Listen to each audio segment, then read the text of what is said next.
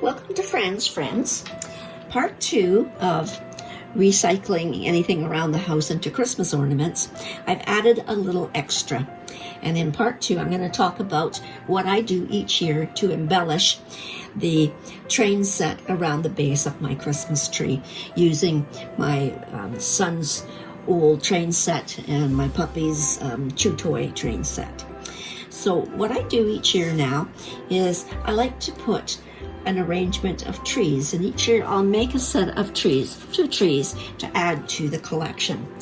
So what I did in particular is with this one, all it is a styrofoam cone, and what I did was I took an old sheeting and I dyed it green, and then I stripped it, tore it all up and stripped it, and then just glued the strips onto the actual cone.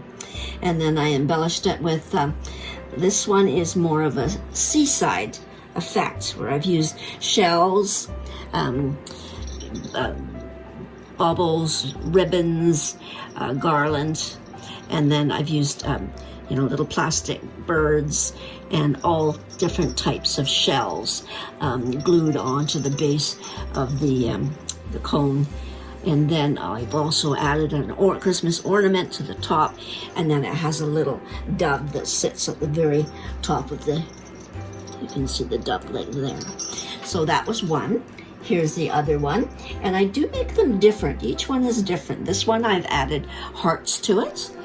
And again, the shells, the little shells that I had picked up at the beach over the years. This one has an actual little star on the top to finish it off. And then I tie them together with using the same kind of ribbons and whatnot. And this one has a little bit different garland on it, and I used little beaded hearts in this particular one. So that sits, and I did that several years ago, and that sits under the tree with the train. Another one that I did was, again, this one is made from styrofoam cone, but what I did with this one is I painted it with just an acrylic base paint, and then I took some braiding and some rickrack and just tied it around and glued it. I added little rings again, and there's the tutorial on the website for that. Different colored, little rings, bigger rings, little pom-poms, and then again just a pom-pom on the top.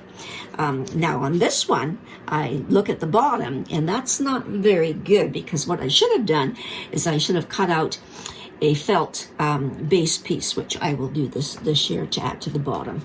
So that was another tree that I did. Here's one more. And what I did with this one is I used different types of wool to embellish with the rings that I did with that. And then again, little pom-poms. I always alternate blues, the greens and the reds, so that one tree has a top that's red and one has one that's green. Now this one here is one that I did last year. No, the year before last. And what this is at least a pay pattern for a tree that you make out of felt. And all it is double, she calls it felt fabric, where you have 2 pieces of felt put together with heat and bond, because it makes it a lot stiffer. Then what I did was I alternated the blanket stitching using the shiny floss on the edges, as you can see there. And then I've added bubbles, and I put a base on this one. I think this is just a little cup that I covered with foam paper, shiny foam paper, and then of course my signature hearts, and then pom-poms, and again the little rings on the top, so you can see that one there, the ring there. So I got 2 of those, and again the top is, one's red, one's green. Now last year I did get my I-corder, but this was one French cording that I had done before I received my I-cord present last year. And what I did was I made 2 trees out of wire and the I-cord wool cover. But I had a problem with this one because my husband my wonderful husband bought me the wrong type of wire.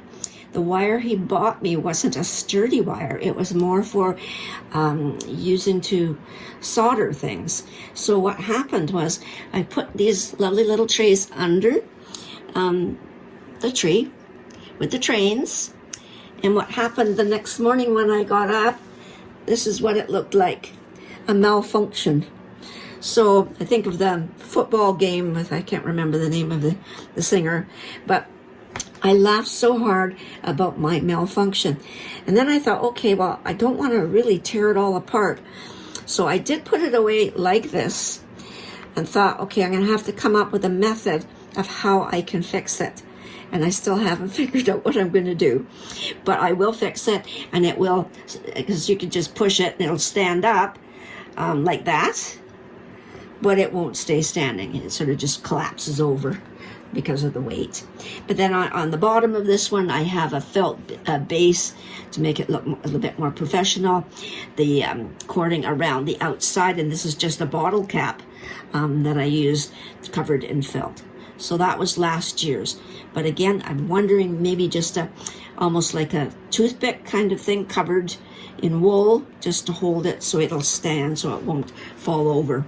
But, you know, trials and tribulations, but I did laugh so hard with my malfunctioning Christmas trees. But this year I haven't decided what I'm going to do, but I'll do another couple little trees too, usually, for under the tree with the trains. So, again, thanks for watching.